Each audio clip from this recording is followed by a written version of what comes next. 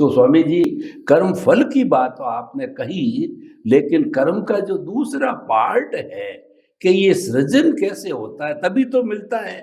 अगर ये सृजन ही नहीं होगा तो किस तरीके से कर्म फल मिलेगा?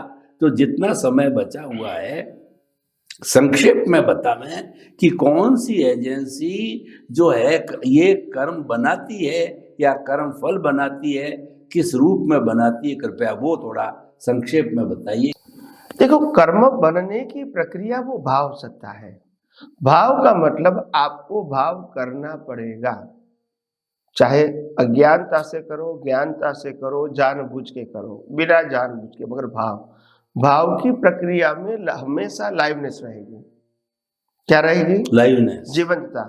जड़ व्यक्ति भाव नहीं कर सकता है, मैकेनिकल पार्ट भाव नहीं कर सकता है, मन वचन काया भाव नहीं कर सकता है, क्योंकि मैकेनिकल है। मगर जो लाइव ईगो है वो कभी मैकेनिकल जीवित है, तो वो भाव करेगा। सपने में भी भाव करेगा, माता के गर्भ में भी भाव करेगा, खुली आंखें भी भाव करेगा और बंद आंख में भी भाव करेगा।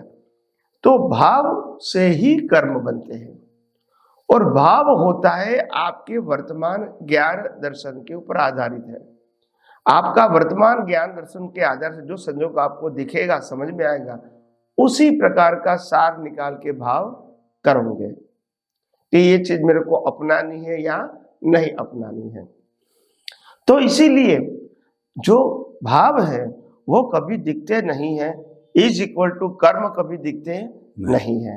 और जो दिखता है विचारों के रूप में, वाणी के रूप में, वर्तन के रूप में, वो कर्म नहीं है, कर्म फल है, और वो ऑटो मोड है। मगर आज लोगों की अज्ञानता के कारण कर्म फल को ही कर्म मान के लोग डरे हुए हैं, और डरने के बाद वो भीख और भय में चले जाते हैं। तो इसीलिए मैं मानता हूं कि यह आध्यात्म विज्ञान के माध्यम से लोग कर्म और कर्म फल की परिभाषा को सनातन सत्य के रूप में जाने, समझे, और इस विज्ञान का आत्मसात करके, अनुभव करके अपने जीवन को बिल्कुल ट्रांसपेरेंट बनाए, और अनेक व्यक्तियों को वो अनुभव का विज्ञान बांटते रहे। क्योंकि ये विज्ञान जब कुदरत का है तो लोगों को बांटना हमारे लिए आसान हो जाता है। मगर कई सारे लोग ऐसे भी होते हैं, ये विज्ञान के मालिक बन जाते हैं, और बाद में वो विज्ञान स्थगित हो जाता है। क्या हो जाता है? स्थगित। तो इसीलिए मैं मानता हूं बिना असर का कि आध्यात्म विज्ञान तो लाइव होना चाहिए। जब अनुभव करते हैं, उपयोग करते हैं, तब भी लाइव होना चाहिए। दूसरे को बताते हैं तब भी लाइव होना चाहिए, और दूसरा व्यक्ति तीसरों को बताते हैं तब भी लाइव होना चाहिए। कोई जगह मालिकी होनी नहीं चाहिए। यही आगे बढ़ने का सही मार्ग है। स्वामी जी, अभी जो आपने बताया कि जो कर्म है वो लाइवनेस है, क्योंकि भाव जगत से जुड़ा हुआ है। तो भाव जगत है, हमारा ज्ञान दर्शन है, हमारा अनुभव है, हमारी जो जागृति है, ये सब लाइवनेस की ओर जाते रहे।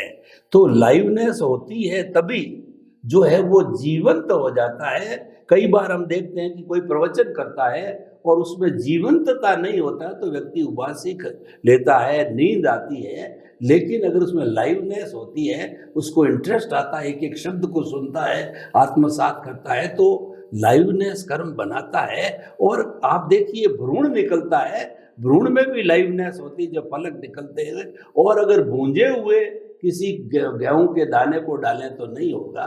तो स्वामी जी, तो जितना हमारे पास में अब थोड़ा सा समय और बचा है, तो उस जो है वो हम जो है उस समय को उपयोग करने के लिए आपका जो है अनुग्रह चाहते हैं कि आपकी कृपा दृष्टि इसी तरह से बनी रहे और आप जीवंतता लाते रहें अंत तक, ताकि हमारे जो श्रोतागण हैं वो आपकी हर बात को आत्मसात कर सके।